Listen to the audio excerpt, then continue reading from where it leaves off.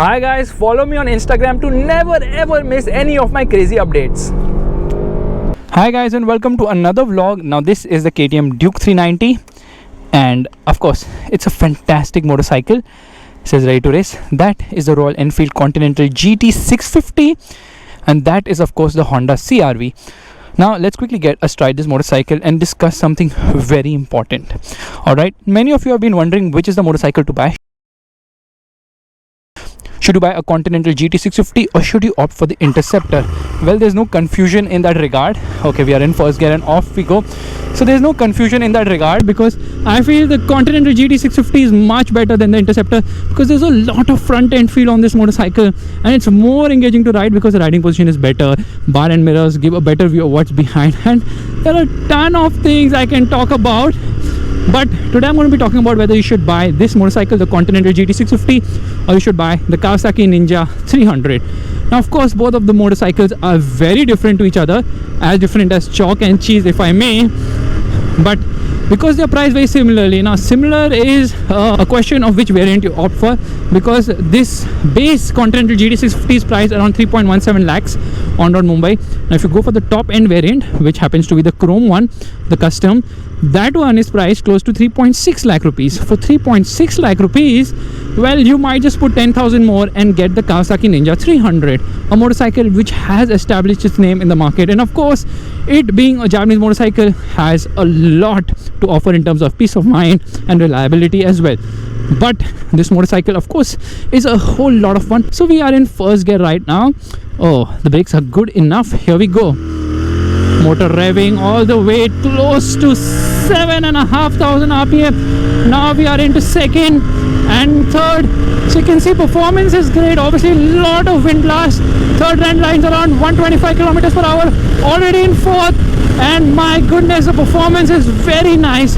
This motorcycle doesn't feel like a Royal Enfield at all.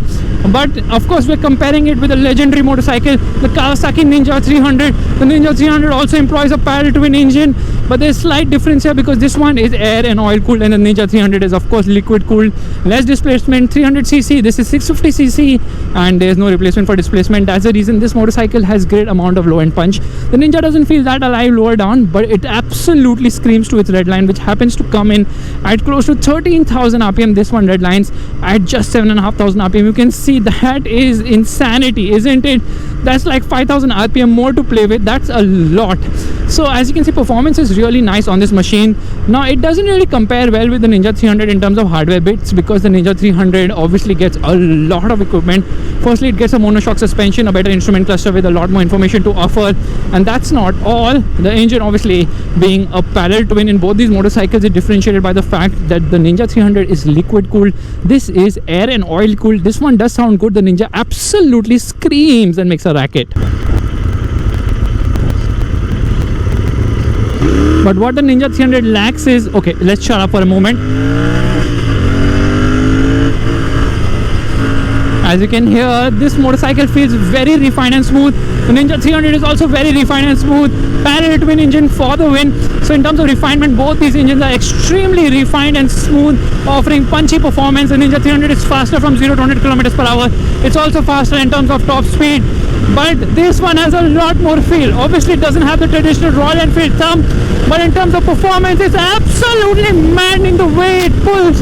It also has a slipper clutch. So does the Ninja 300. In fact, the Ninja 300 was the first motorcycle in its category to get a slipper clutch, and that's obviously a very good thing. The Continental GT 650 does feel a bit heavy. Obviously it weighs close to 200 kgs and the riding position is also more aggressive than the Ninja 300, but because of the weight it's more confidence inspiring in a straight line.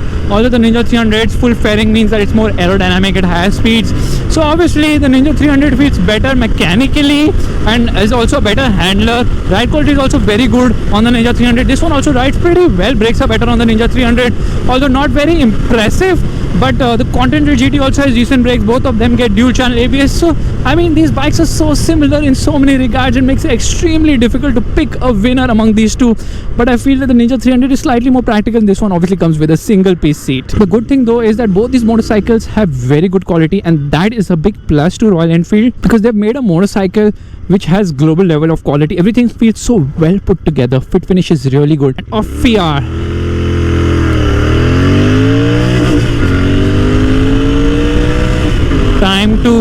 race from one cafe to another cafe on this beautiful cafe racer.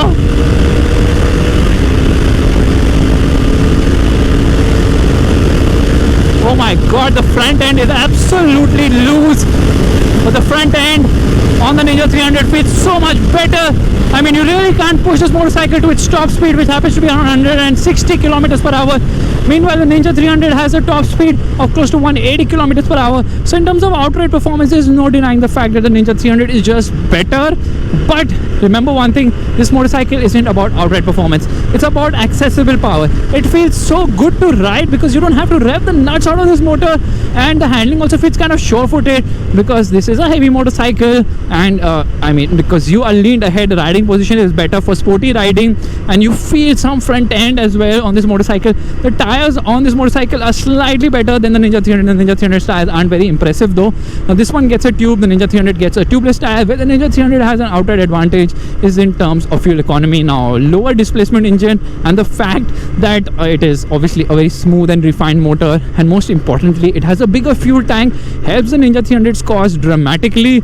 So in terms of touring range, of course the Ninja 300 is great. In fact, the Ninja 300 is an all-rounder motorcycle. It can go to the track with ease, and you can do track duties as well. It can go touring as well, and you can do city riding too. But this motorcycle doesn't heat up at all. The Ninja 300 also doesn't heat up much, but the refinement and heat management on this machine is simply brilliant. I am thoroughly impressed by Royal Enfield. They have done an absolute phenomenal job.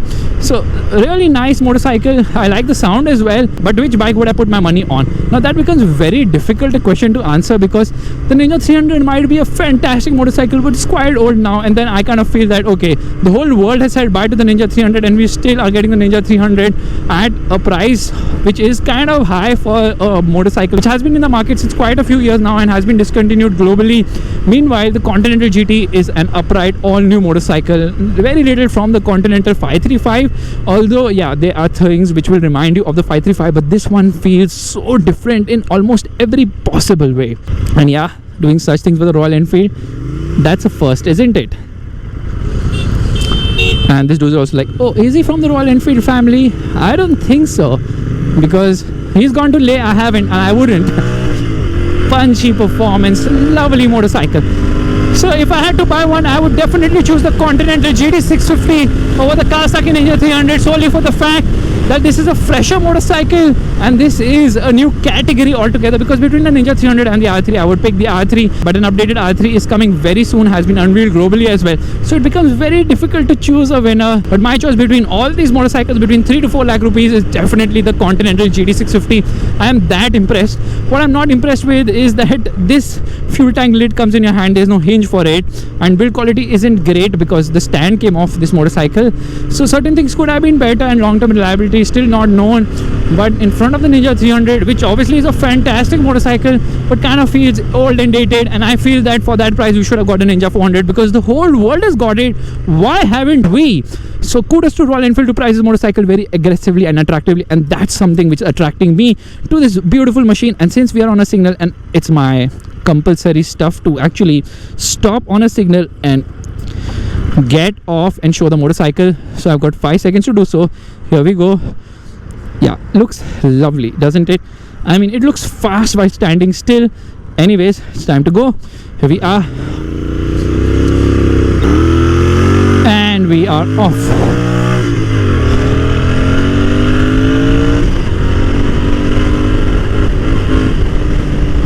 Very much usable power, something you can use on a daily basis, and you really don't have to go in the top end. You can just enjoy the mid-range. That's how this motorcycle has been tuned, and the twin is actually the real USP of this machine. Now if I compare this to the Ninja 300 in terms of hardware bits, this one gets a very plain basic headlight, halogen, not even a transparent headlight. Meanwhile, the Ninja 300 isn't that much better either. It doesn't get a projector, it doesn't get LEDs as such. However, the instrument cluster is better. This one is just too basic. In fact, forget Ninja 300. Let me compare this with the Thunderbird. The Thunderbird offers way more information in the instrument cluster. It gets a projector light, it gets LEDs and whatnot. That certainly should have come over here as well, which I don't know hasn't, maybe because of the pricing part. The gearbox could have been slightly smoother, although the clutch is decently weighed up, and of course I love the fact that I look so cool while riding this motorcycle, and there are a ton of accessories on offer as well. You can see around the corners, it feels very sure-footed. It is nothing like you have ever ridden from Royal Enfield, and on that bombshell I would say they've done a great job, and I'm hoping to see a lot more motorcycles from Royal Enfield, especially the Himalayan 650, probably the classic 650, the classic 650 signals and whatnot. So guys, if you like this video, make sure you give it the thumbs up, that's a like button, and also subscribe to the channel. I know this was a random rambling, and I will see you guys in the next video real soon. What's up guys? Amazing. Amazing. I don't need water.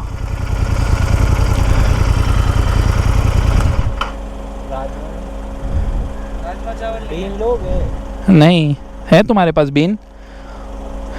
That is Dhanil Honda Veera. This is Pratik Everyday Tyagi, and this vlog is over.